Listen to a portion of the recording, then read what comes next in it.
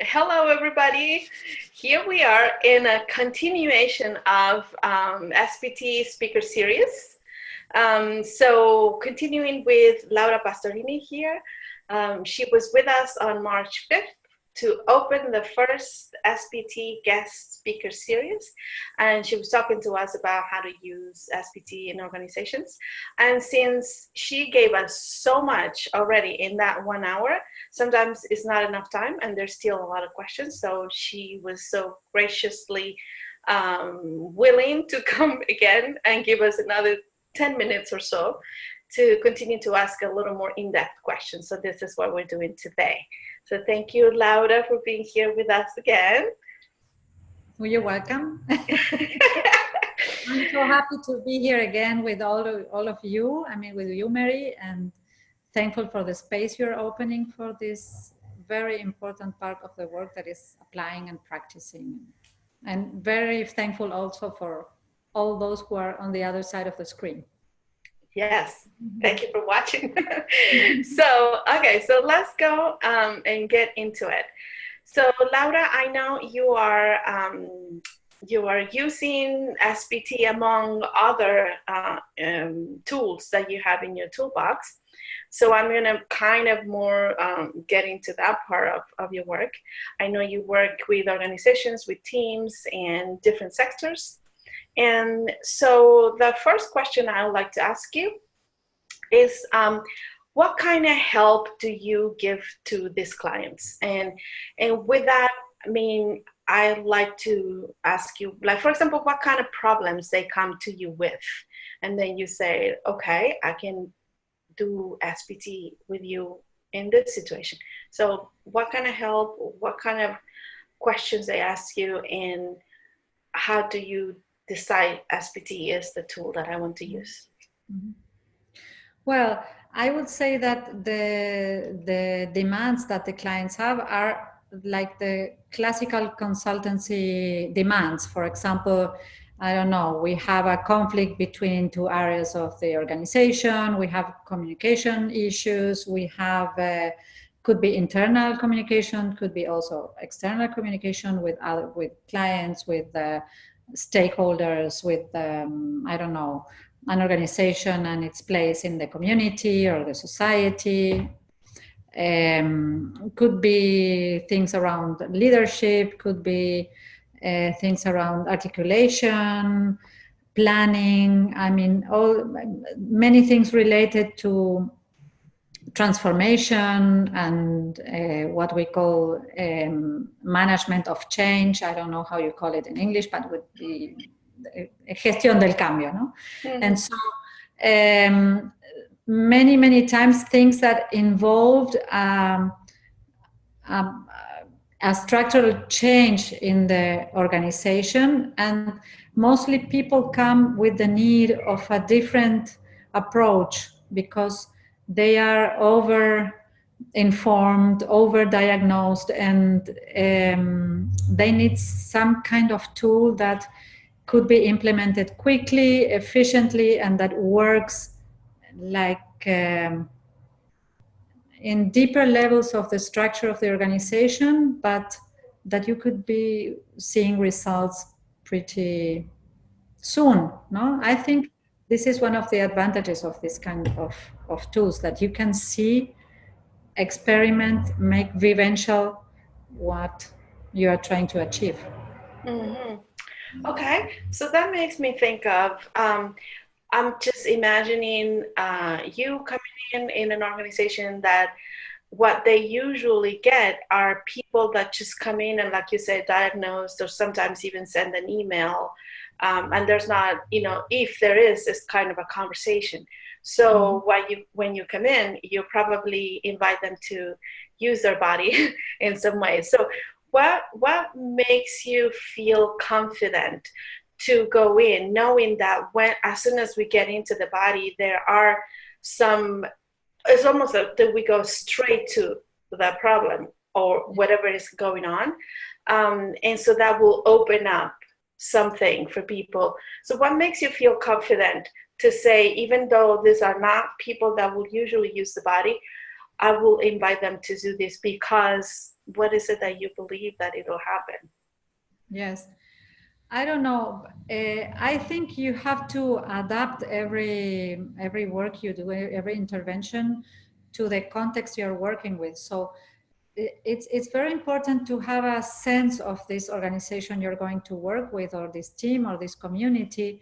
It's important to meet with them before, to have a meeting that can be also embodied with very simple, tiny things like, well, let's just rest or take a breath or take a minute of silence and come in and then start a conversation.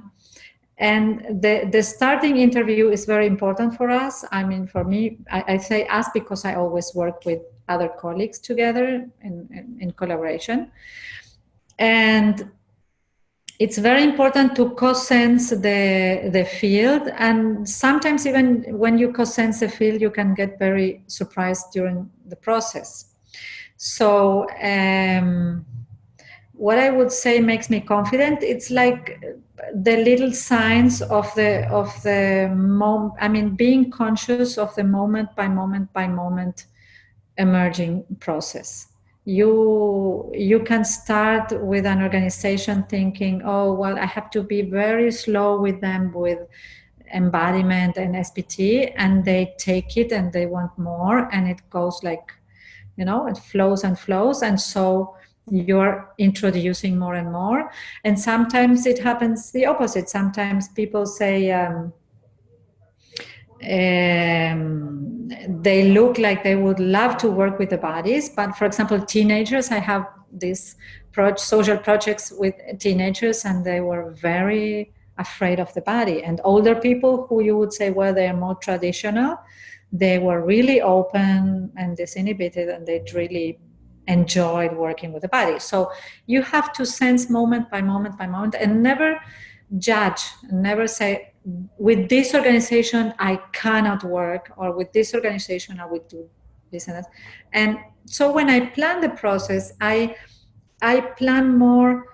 When I plan a process and I present this proposal to the client to work with them, I never, I mean, I don't give a lot of details about the practice I will use. I don't write down, I will use 20-minute dance, all right.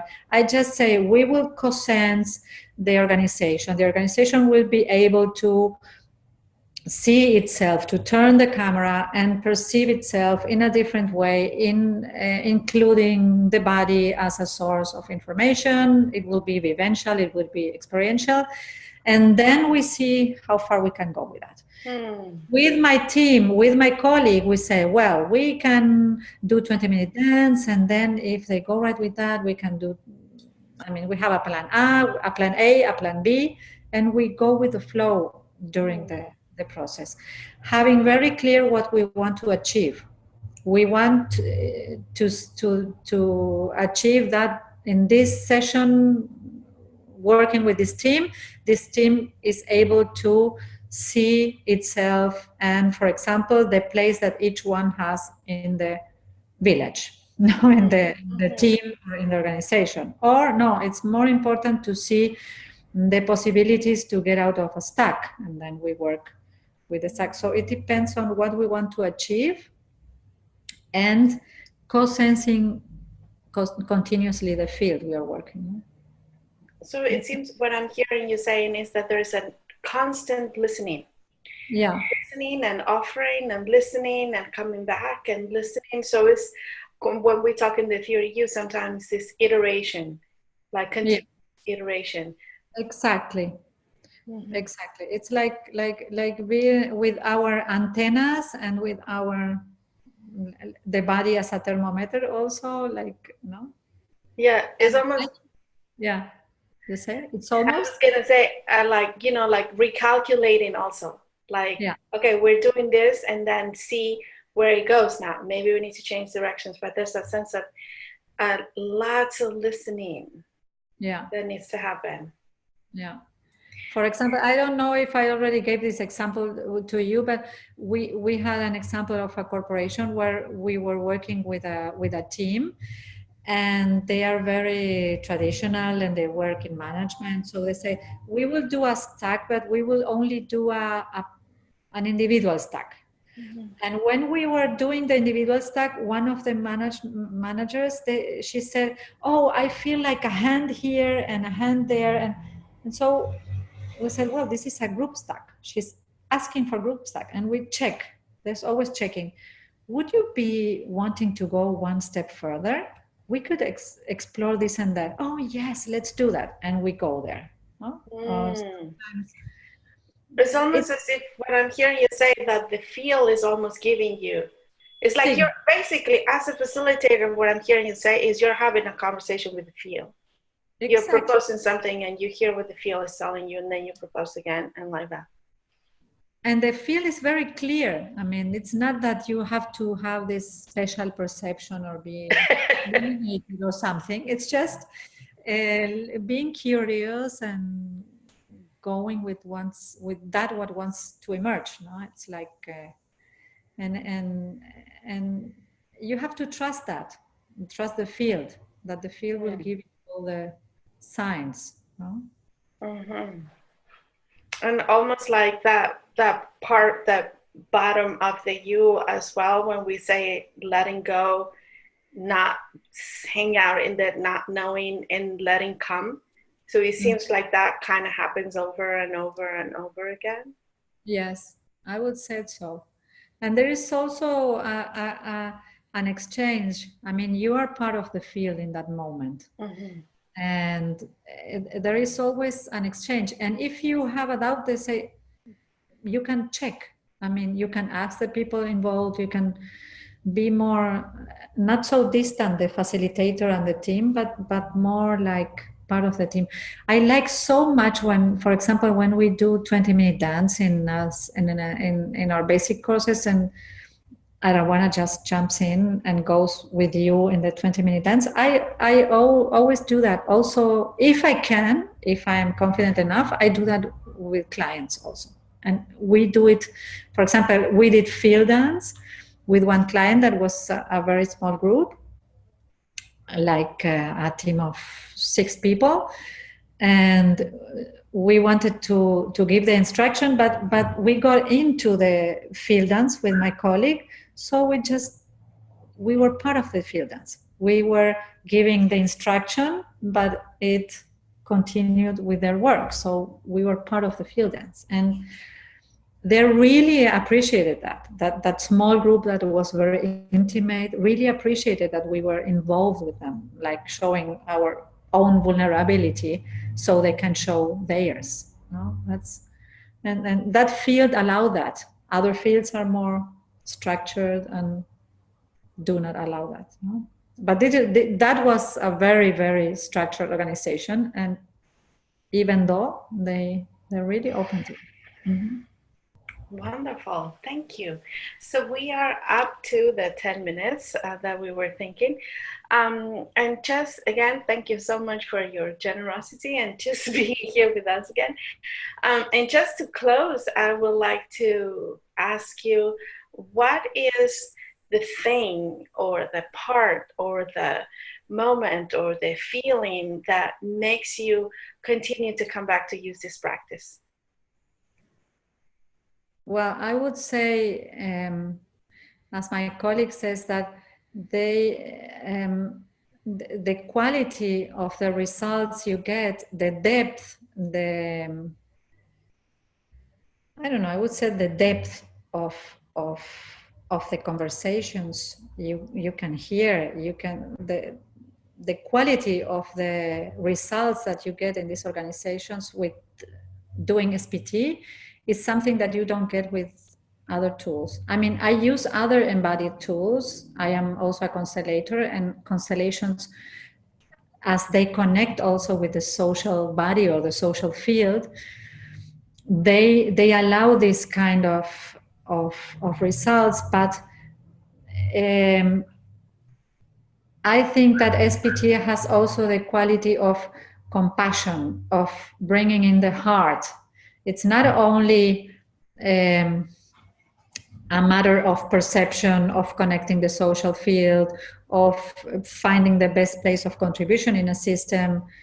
It's also about compassion, about opening your heart. And this heart quality, it's something that is very, very, I mean, lacks a lot in institutions, in organizations.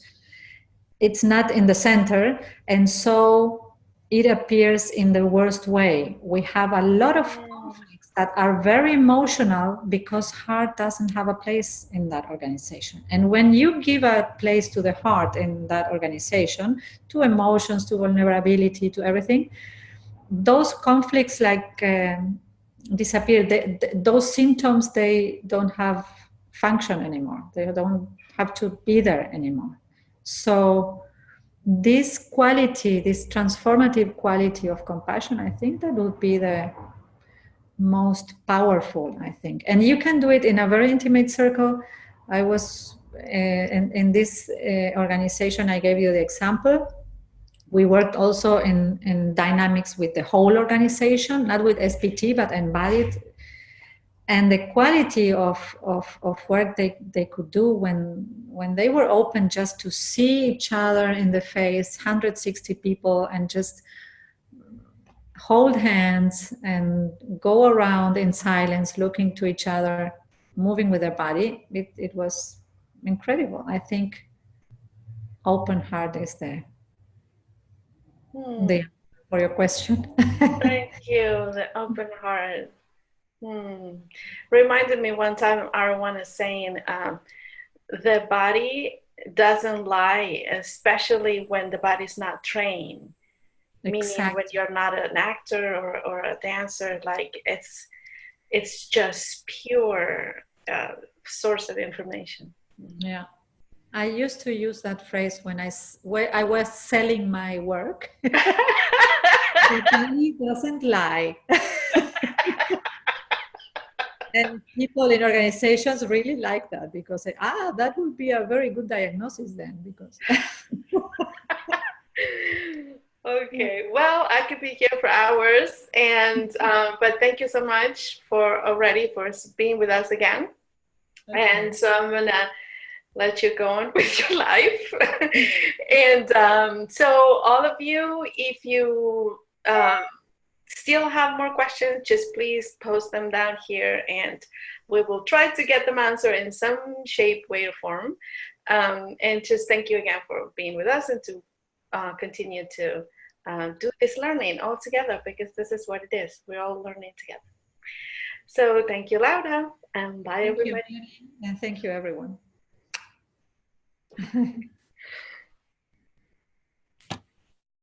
Great.